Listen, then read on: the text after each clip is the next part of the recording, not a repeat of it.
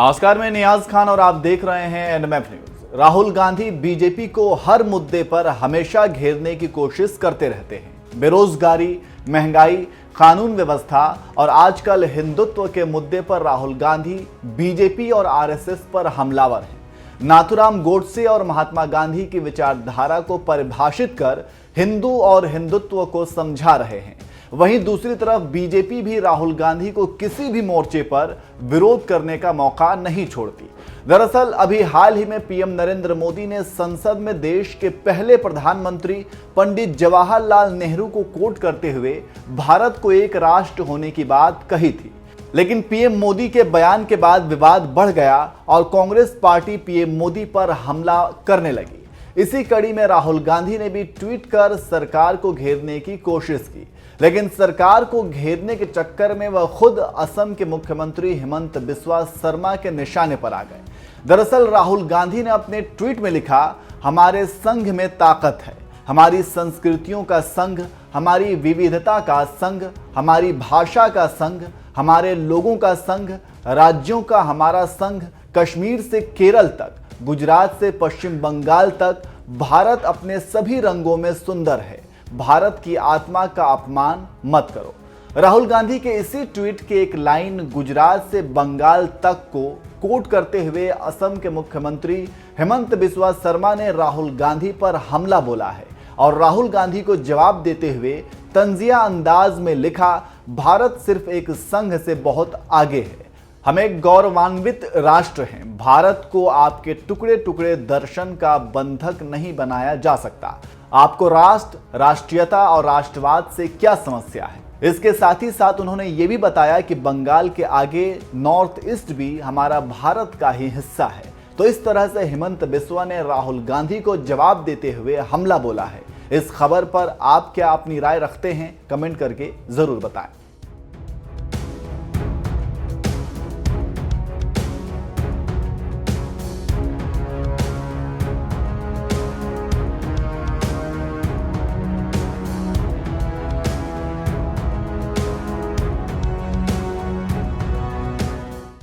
उन्होंने एक इंटरव्यू दिया, पता नहीं आपने देखा नहीं देखा, देखा आपने? उसमें नरेंद्र मोदी जी कहते हैं,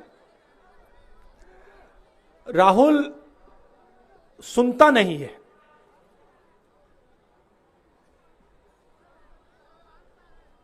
सुनता नहीं है।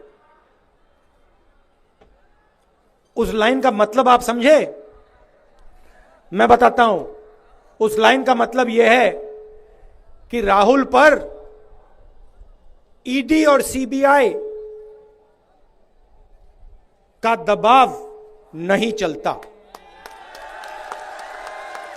ये जो है, ये मेरी नहीं सुनता। इस पे मैं जितना भी दबाव डाल दूं, ये पीछे नहीं हटता, सुनता नहीं है। मैं क्यों सुनूं? मैं क्यों सुनूं? किसने रोका? हिंदुस्तान के किसानों ने और कांग्रेस पार्टी ने। टक्कर मोदी की कांग्रेस पार्टी देती है। उन्होंने सही कहा,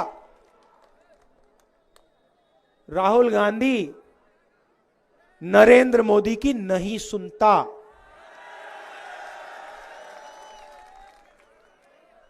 वो नरेंद्र मोदी जी सोचते हैं कि सबको उनसे डर लगता है। सोचते हैं कि ईडी, सीबीआई से मैं किसी को भी दबा दूं।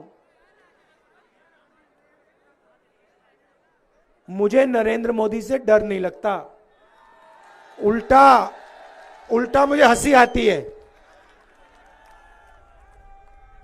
उनके अहंकार को देखकर। मुझे हंसी आती है। देश से कहते हैं पिछले 70 सालों में कुछ नहीं हुआ। नरेंद्र मोदी जी के आने से पहले कहते हैं कुछ नहीं हुआ। ठीक है, तो हिंदुस्तान के किसान ने, मजदूर ने,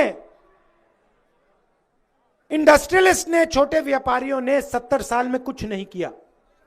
वो बस चुप बैठे थे। ये सड़कें जो बनी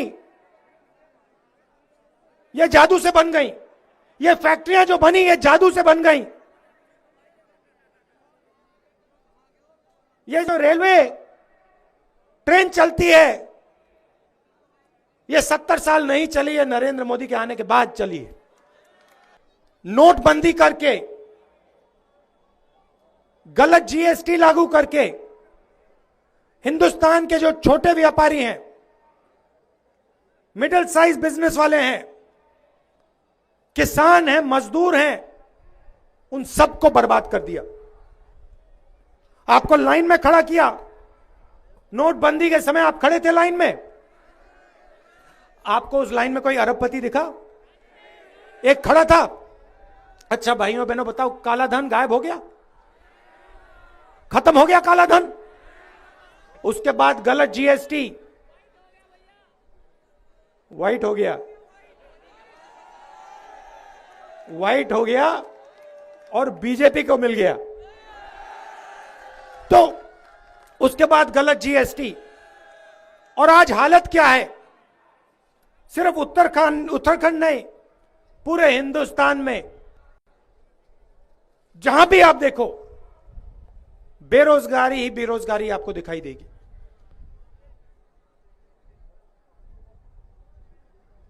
हिंदुस्तान आज अपने युवाओं को रोजगार नहीं दे सकता।